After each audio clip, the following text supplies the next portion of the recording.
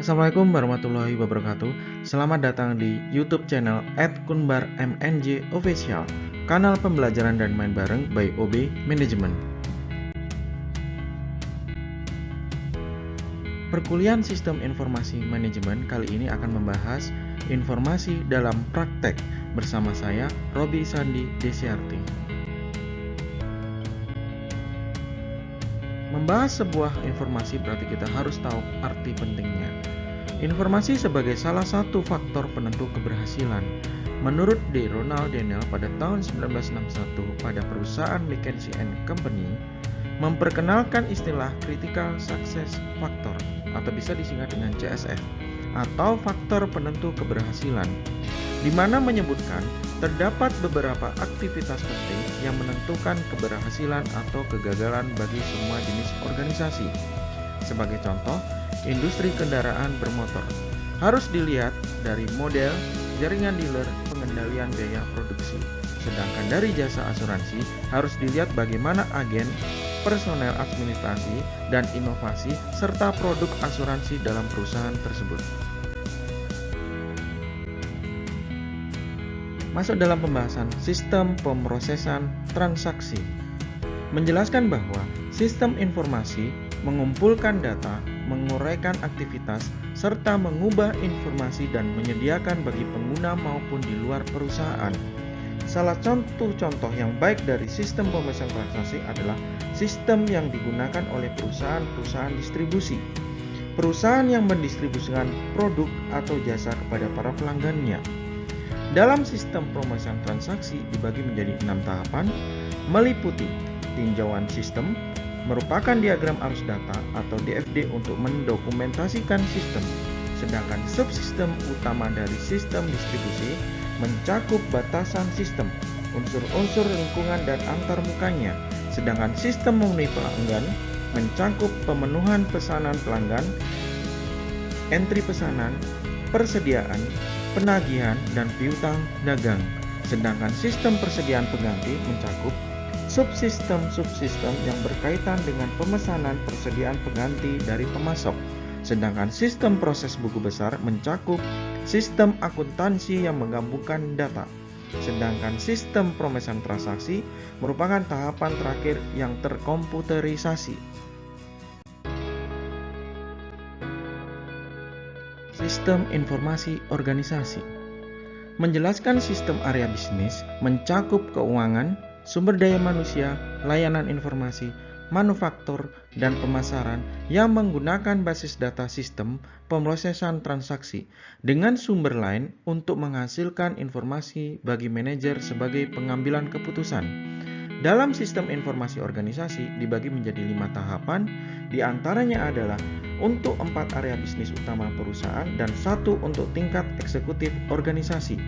Sistem informasi pemasaran mencakup memberikan informasi yang berhubungan dengan aktivitas pemasaran perusahaan. Sistem informasi sumber daya manusia mencakup memberikan informasi kepada seluruh manajer perusahaan yang berkaitan dengan sumber daya manusia perusahaan. Sistem informasi manufaktur mencakup memberikan informasi kepada seluruh manajer perusahaan yang berkaitan dengan operasi manufaktur perusahaan. Sistem informasi keuangan mencakup memberikan informasi kepada seluruh manajer perusahaan yang berkaitan dengan aktivitas keuangan perusahaan. Sedangkan yang terakhir, sistem informasi eksekutif digunakan sebagai memberikan informasi kepada para manajer di tingkat yang lebih tinggi atas kinerja perusahaan secara keseluruhan. Strategi pemasaran populer yang disebut dengan manajemen hubungan pelanggan merupakan Customer Relationship Management atau bisa disingkat dengan CRM, adalah manajemen hubungan antara perusahaan dengan pelanggan sehingga baik perusahaan maupun pelanggannya akan menerima nilai maksimum dari hubungan ini. Strategi ini menyadari bahwa membina hubungan jangka panjang dengan pelanggan adalah suatu strategi yang bagus karena mempertahankan pelanggan yang sudah ada biasanya akan lebih murah daripada mendapatkan pelanggan baru. Oleh karena itu, perusahaan selalu melakukan upaya-upaya untuk memahami para pelanggannya sehingga kebutuhan mereka akan dapat terpenuhi dan mereka akan tetap setia kepada perusahaan. masuk ke dalam data warehousing. Definisi menurut Ferdiana, konsep serta kombinasi teknologi yang memberikan fasilitas pada suatu organisasi dalam pengelolaan serta pemeliharaan data historis yang didapatkan dari sistem maupun aplikasi operasional. Dalam data warehousing terbagi menjadi karakteristik, mencakup kapasitas penyimpanan besar, data diakumulasikan dengan menambah catatan baru, data diambil dan mudah data digunakan dalam pengambilan keputusan. Selanjutnya sistem. Data dikumpulkan dari sumber-sumber data dan dikirimkan ke area pengumpulan sebelum dimasukkan ke dalam tempat penyimpanan data atau bisa disebut dengan warehouse. Selanjutnya, data disimpan dan tempat penyimpanannya mencakup tabel dimensi, tabel fakta, paket informasi, dan skema bintang. Penyampaian informasi. Unsur terakhir dalam sistem data warehousing adalah sistem penyampaian informasi yang mendapatkan data dari tempat penyimpanan data, mengubahnya menjadi informasi dan menjadikan informasi tersebut tersedia bagi pengguna. Sebagai contoh, OLAP, jenis peranti lunak yang secara khusus dikembangkan untuk data warehouse atau Online Analytical Processing. Melakukan navigasi melalui tempat penyimpanan data warehouse bisa dilakukan dengan cara DD, yaitu navigasi ke bawah mulai tingkatan-tingkatan rincian, sedangkan RU, proses melakukan navigasi ke atas, sedangkan DA, proses bergerak dari satu hierarki data ke hierarki lainnya, sedangkan DT, tingkat ringkasan ke tingkat terendah data yang terinci.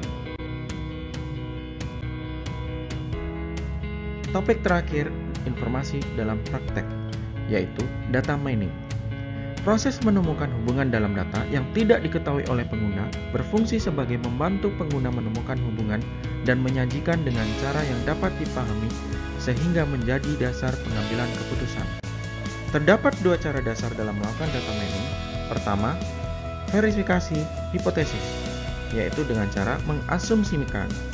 Kedua, penemuan pengetahuan dengan cara menganalisis tempat penyimpanan data, mencari kelompok-kelompok dengan karakteristik yang sama.